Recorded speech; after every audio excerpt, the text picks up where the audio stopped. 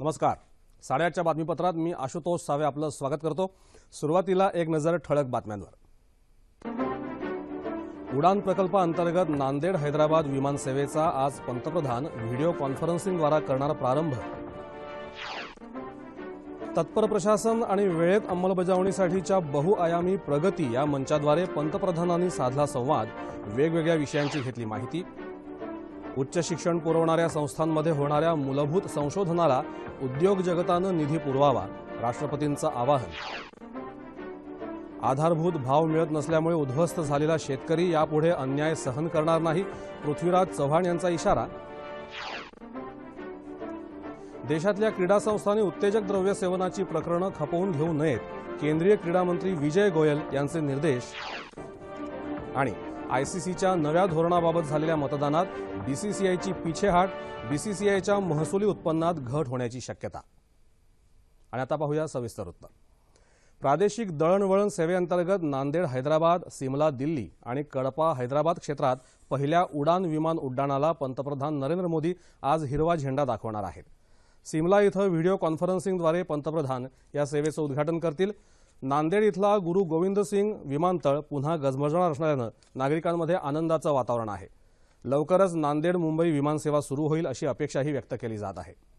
प्रादेशिकदृष्ट्या महत्त्वाच्या शहरातल्या नागरिकांना हवाई प्रवास उपलब्ध होऊन तो शक्य व्हावा यासाठी नागरी हवाई वाहतूक मंत्रालयानं उडे देश का आम नागरिक अर्थात उडान ही प्रादेशिक दळणवळण योजना ऑक्टोबर 2016 मध्ये सुरू केली.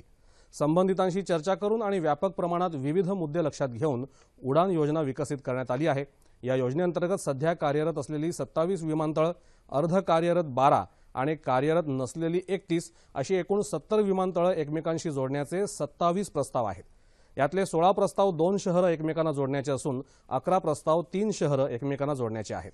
यामुळे अधिकाधिक विमानतळं उपलब्ध आणि कार्यरत होऊन महानगरांव्यतिरिक्त इतर अनेक शहरं एकमेकांशी आणि महानगरांशी हवाई वाहतुकीनं जोडली जातील.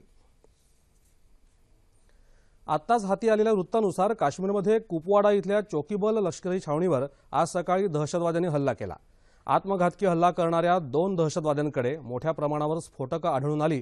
या दहशतवाद्यांना लष्करानं ठार मारलं. या हल्ल्यात एका लष्करी अधिकाऱ्यासह 2 जवान शहीद झाले. लष्कर आणि दहशतवाद्यांमध्ये अद्यापही चकमक सुरूच आहे. या परिसरात मोठ्या प्रमाणात शोध मोहीम सुरू आहे. तत्पर प्रशासन आणि वेळेत अंमलबजावणीसाठीच्या बहुआयामी प्रगती या मंचाद्वारे पंतप्रधान नरेंद्र मोदी यांनी काल संवाद साधला. रेल्वेविषयक तक्रारी हाताळण्यासंदर्भातल्या कामाचा त्यांनी आढावा घेतला.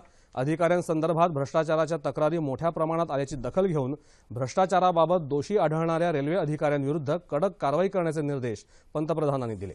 अपघातानंतरच्या मदतीसाठीच्या दूरध्वनी क्रमांकासहित सर्व तक्रारी आणि चौकशीसाठी एकत्रित एकच दूरध्वनी क्रमांक ठेवण्यासंदर्भात रेल्वेनं लक्ष घालावं असंही त्यांनी सुचवलं.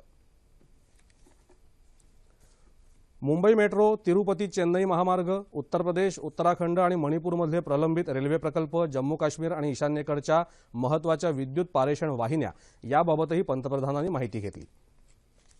बालकांच्या संपूर्ण लसीकरणासाठीच्या इंद्रधनुष्य अभियानाचा आढावा पंतप्रधानांनी यावेळी घेतला. याबाबत फारशी प्रगती न झालेल्या 100 जिल्ह्यांमध्ये नियोजित वेळेतच उद्दिष्टपूर्ती गाठण्याचं आवाहन पंतप्रधानांनी केलं. एकही बालक लसीविना राहू नये याची खातरजमा करण्यासाठी राष्ट्रीय छात्र संघटना आणि नेहरू युवा केंद्रासारख्या युवक संस्थांना सहभागी करून घेता येईल असंही त्यांनी सुचवलं. 2022 मध्ये भारतीय स्वातंत्र्याच्या 75व्या वर्षापर्यंत परिवर्तन घडवण्यासाठी ठोस आराखडा आणि उद्दिष्ट घेऊन पुढे या असं आवाहन त्यांनी सर्व सचिव आणि राज्यांच्या मुख्य सचिवांना केलं. महात्मा गांधीजींच्या 150व्या जयंतीदिनी 2019 पर्यंत स्वच्छतेसाठी जास्तीत जास्त प्रयत्न करण्याचं आवाहनही पंतप्रधानांनी यावेळी केलं.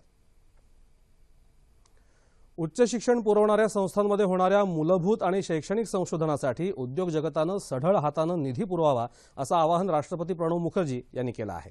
हैदराबाद इथं काल उस्मानिया विद्यापीठाच्या शताब्दी महोत्सवाचं उद्घाटन केल्यानंतर ते बोलत होते.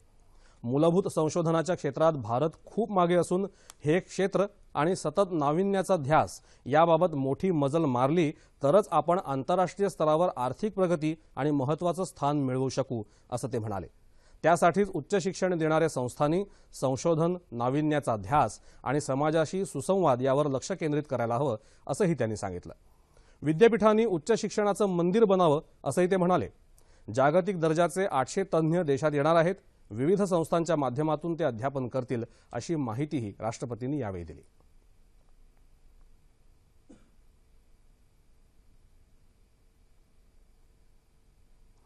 हेरगिरीच्या आरोपावरून पाकिस्ताननं फाशीची शिक्षा सुनावलेले भारतीय नागरिक कुलभूषण जाधव यांच्या आईनं फाशीची शिक्षा रद्द करा अशी मागणी पाकिस्तान सरकारकडे केली आहे। याबाबत पाकिस्तान सरकारनं स्वतः हस्तक्षेप करावा अशी विनंती त्यांनी केली आहे। तसे अर्ज त्यांनी पाकिस्तान सरकार आणि पाकिस्तानच्या अपीलीय न्यायालयाला केले आहेत। पाकिस्तानच्या लष्करी कायद्यातलं कलम 133(ब) नुसार त्यांनी न्यायालयात हे अपील केलं आहे। भारताचे पाकिस्तानातले उच्चायुक्त गौतम बंबवाले यांनी पाकिस्तानच्या परराष्ट्र सचिवांची भेट घेऊन हे दोन्ही अर्ज त्यांच्याकडे सुपूर्द केले। जाधव यांची प्रत्यक्ष भेट घेऊ द्यावी अशी मागणीही कुलभूषण यांच्या आईनं पाकिस्तान सरकारकडे केली आहे। त्याकरता व्हिसासाठी अर्जही त्यांनी केले असून फाशीची शिक्षा रद्द करण्याबाबतचे अर्ज स्वतः पाकिस्तानात जाऊन सादर करण्याची इच्छाही त्यांनी व्यक्त केली आहे। मात्र त्यांच्या या मागण्या तसंच जाधव यांच्यासाठी वकील देण्याची परराष्ट्र सचिव आणि उच्चायुक्त स्तरावरची भारताची मागणी पाकिस्ताननं फेटाळली आहे। हेरगिरी प्रकरणी कारवाई झाली नसल्यानं द्विपक्षीय संबंधांनुसार जाधव यांना वकील देता येणार नाही असं उलट उत्तर पाकिस्ताननं दिलं आहे। स्थानिक स्वराज्य संस्थांच्या निवडणुकांच्या कामात हलगर्जीपणा करणाऱ्या अधिकारी आणि कर्मचाऱ्यांना त्वरित निलंबित करण्याचे आदेश राज्य निवडणूक आयुक्त जस सहारिया यांनी काल मुंबईत दिले।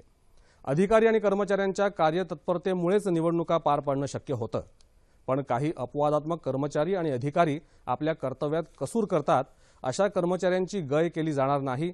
सध्या भिवंडी, निजामपूर, मालेगाव आणि पनवेल महानगरपालिकेच्या निवडणुकीची प्रक्रिया सुरू आहे। त्यासाठी आवश्यक तेवढे निवडणूक निर्णय अधिकारी आणि सहाय्यक निवडणूक निर्णय अधिकारी विभागीय आयुक्त उपलब्ध करून देतात। मात्र पनवेल आणि भिवंडी, निजामपूर महानगरपालिकेच्या निवडणुकीसाठी अद्याप आवश्यक तेवढे निवडणूक निर्णय अधिकारी रुजू झालेले नाहीत। ही बाब गंभीर आहे। त्यामुळे संबंधित अधिकारी त्वरित रुजू झाले नाहीत तर त्यांना त्वरित निलंबित करावं आणि त्यांच्याविरुद्ध प्रशासकीय कार्यवाही करावी असे आदेशही त्यांनी दिले। पनवेल, भिवंडी, निजामपूर आणि मालेगाव महानगरपालिकेसाठी 24 मे रोजी मतदान होणार आहे। शेतमालाला आधारभूत भाव मिळत नसल्यानं शेतकरी उद्ध्वस्त झाला असून तो यापुढे अन्याय सहन करणार नाही असं माजी मुख्यमंत्री आणि काँग्रेसचे नेते पृथ्वीराज चव्हाण यांनी म्हटलं आहे। सांगली जिल्ह्यात कासेगाव इथं ते संघर्ष यात्रेत बोलत होते। शेतकऱ्यांच्या कर्जमाफीमुळे अर्थव्यवस्थेवर विपरीत परिणाम होईल हे खरं नाही असा दावा त्यांनी केला। या सभेत खासदार अबू आझमी, सुनील तटकरे, जयंत पाटील, दिलीप सोपल हे नेतेही उपस्थित होते। अकोला जिल्ह्यातल्या आकोट, तेल्हारा आणि परिसरात पिकणाऱ्या केळींची परदेशात निर्यात करण्याच्या महत्त्वाकांक्षी उपक्रमाला काल आकोट तालुक्यातल्या पणज इथं प्रारंभ झाला। महाबीजचे व्यवस्थापक आणि या प्रकल्पाचे प्रणेते अशोक अमानकर यांनी हा प्रकल्प साकारला आहे। या प्रकल्पात 1,500 शेतकरी सदस्य असून यातल्या 11 सदस्यांच्या गटानं 20 टन केळी इराणला निर्यात केली आहेत। शेतकऱ्यांनी उत्तम दर्जाची केळी उत्पादित करावी यासाठी सरकारच्या निर्यातदार संस्था आणि मार्केटिंग फेडरेशनच्या वतीनं प्रशिक्षणही देण्यात येत आहे।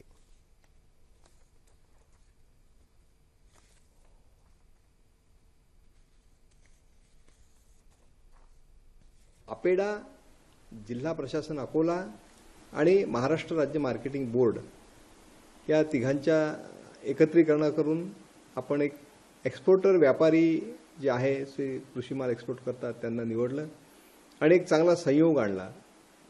एक्सपोर्टर, अपेडा, मार्केटिंग बोर्ड आणि जिल्हा प्रशासन आणि शेतकरी याच्यामुळे काय होईल की शेतकऱ्यांना योग्य भाव मिळेल आणि जागतिक बाजारामध्ये केळीची जी मागणी आहे ती वाढत आहे, परंतु सप्लाय त्या देशामधून कमी आहे। त्यामुळे आता भारतीय केळीला जागतिक बाजारपेठेमध्ये पदार्पण करायला चांगली संधी आहे। भविष्यामध्ये आम्हाला अपेक्षा अशी आहे की अकोट तालुका अकोलामध्ये जो बनाना एक्सपोर्ट आहे त्यांना लीड करणार आहे। त्याच्यासाठी ॲज अ सरकार Maharashtra government backward linkages, storage, cooling process यासाठी महत्त्वपूर्ण रोल अदा करणार आहे। त्यामध्ये आम्ही विभिन्न शासकीय योजनांचा जो कन्व्हर्जन्स आहे तो कन्व्हर्जन्स करून आम्ही हे बेसिक फॅसिलिटी उभी करणार आहे। भाव भेटत होते ज्यांच्यापेक्षा आता 100 रुपये हे आपल्याला शिल्लक देऊन राहिले। जे वेस्टेज माल आहेत ते पण सगळं हे नेऊन राहिले, म्हणजे ते आपल्यासाठी एक फायद्याची बाब आहे। रायगड जिल्ह्यातल्या कर्जत तालुक्यातल्या आदिवासी मुलांच्या कुपोषणाचं प्रमाण घटलं आहे। शासन, प्रशासन, आरोग्य विभाग, ग्रामपंचायत, सामाजिक संस्था आणि पालकांच्या प्रयत्नांमुळे हा आकडा आता 77 इतका खाली आला आहे. गेल्या वर्षी हा आकडा 200 होता. मोठ्या प्रमाणात कुपोषित बालकं आढळल्यानं केंद्र सरकारची डॉक्टर अब्दुल कलाम अमृत आहार योजना तालुक्यातल्या 47 महसूल गावांमध्ये असलेल्या 335 अंगणवाड्यांमध्ये सुरू करण्यात आली. प्रत्येक अंगणवाडीमध्ये ग्राम बाल सुधार केंद्र सुरू करण्यासाठी आणि कुपोषित बालकांसाठी आहार तसंच इतर वैद्यकीय सुविधा यासाठी 75 लाख रुपयांचा निधी देण्यात आला आहे. मातेच्या आणि बाळाच्या आरोग्याची देखभाल योग्यरीत्या व्हावी यासाठी आरोग्य विभागानं विशेष डॉक्टरांची नेमणूक केली आहे. दर आठवड्याला माता आणि बाळाची तपासणी करून त्यांच्या वजनातली वाढ नोंदवली जात आहे. सध्या तालुक्यात 12 अतितीव्र आणि 65 तीव्र कुपोषित बालकं असून त्यांनाही कुपोषणमुक्त करण्याचे प्रयत्न सुरू आहेत. उत्तेजक द्रव्य सेवन प्रकरणांची गंभीर दखल घेत भारतीय ऑलिम्पिक संघटना, नाडा अर्थात राष्ट्रीय उत्तेजक द्रव्य प्रतिबंधक संस्था, राष्ट्रीय क्रीडा संघटना आणि भारतीय क्रीडा प्राधिकरणानं उत्तेजक द्रव्य सेवन प्रकरणं जराही खपवून घेऊ नयेत असे निर्देश केंद्रीय क्रीडा राज्यमंत्री विजय गोयल यांनी दिले आहेत. या संदर्भात नाडानं उद्या संबंधितांचं एक चर्चासत्र आयोजित करावं आणि या विषयावर सांगोपांग चर्चा करून ही बाब हाताळण्यासाठी प्रभावी धोरण निश्चित करावं असं त्यांनी सांगितलं. उत्तेजक द्रव्य सेवन प्रकरणांना फौजदारी गुन्ह्यांतर्गत आणण्याबाबतही चर्चा व्हावी असंही त्यांनी म्हटलं आहे. शाळा महाविद्यालयातून नियमित चर्चासत्र घेऊन खेळाडूंना उत्तेजक द्रव्य सेवनाच्या विरोधात तसंच त्याच्या दुष्परिणामांबाबत माहिती देण्यात यावी असे निर्देशही क्रीडा मंत्र्यांनी दिले आहेत. महसूल तसंच एकंदर कारभार आणि घटनात्मक बदल याबाबत नव्या धोरणांच्या अंमलबजावणीसाठी आयसीसी अर्थात आंतरराष्ट्रीय क्रिकेट परिषदेनं घेतलेल्या मतदानात बीसीसीआय अर्थात भारतीय क्रिकेट नियामक मंडळ एकटं पडलं असून त्यामुळे बीसीसीआयला मोठा धक्का बसला आहे. महसुलाच्या नव्या धोरणामुळे बीसीसीआयच्या महसुलात कमालीची घट होणार आहे. आयसीसीच्या सध्याच्या महसूल वाटपानुसार बीसीसीआयला साधारण 58 कोटी अमेरिकी डॉलर्सची वाटणी मिळते, पण नव्या धोरणानुसार बीसीसीआयला फक्त 29 कोटी डॉलर्सच्या वाट्यावर समाधान मानावं लागेल. म्हणूनच बीसीसीआयनं या धोरणाला कडाडून विरोध केला होता. मात्र आयसीसीच्या काल दुबईत झालेल्या बैठकीत महसूल धोरणावरील मतदानात श्रीलंका वगळता अन्य सदस्यांनी धोरणाच्या बाजूनं मतदान केल्यामुळे बीसीसीआयला 2-8 अशा फरकानं पराभूत व्हावं लागलं. नव्या कारभार पद्धतीबाबतच्या नव्या धोरणावर झालेलं मतदानही 1-9 असं बीसीसीआयच्या विरोधात गेलं. या पराभवामुळे आयसीसीमधला बीसीसीआयचा एकंदर प्रभाव आणि महत्त्व कमी व्हायला मदत होणार आहे.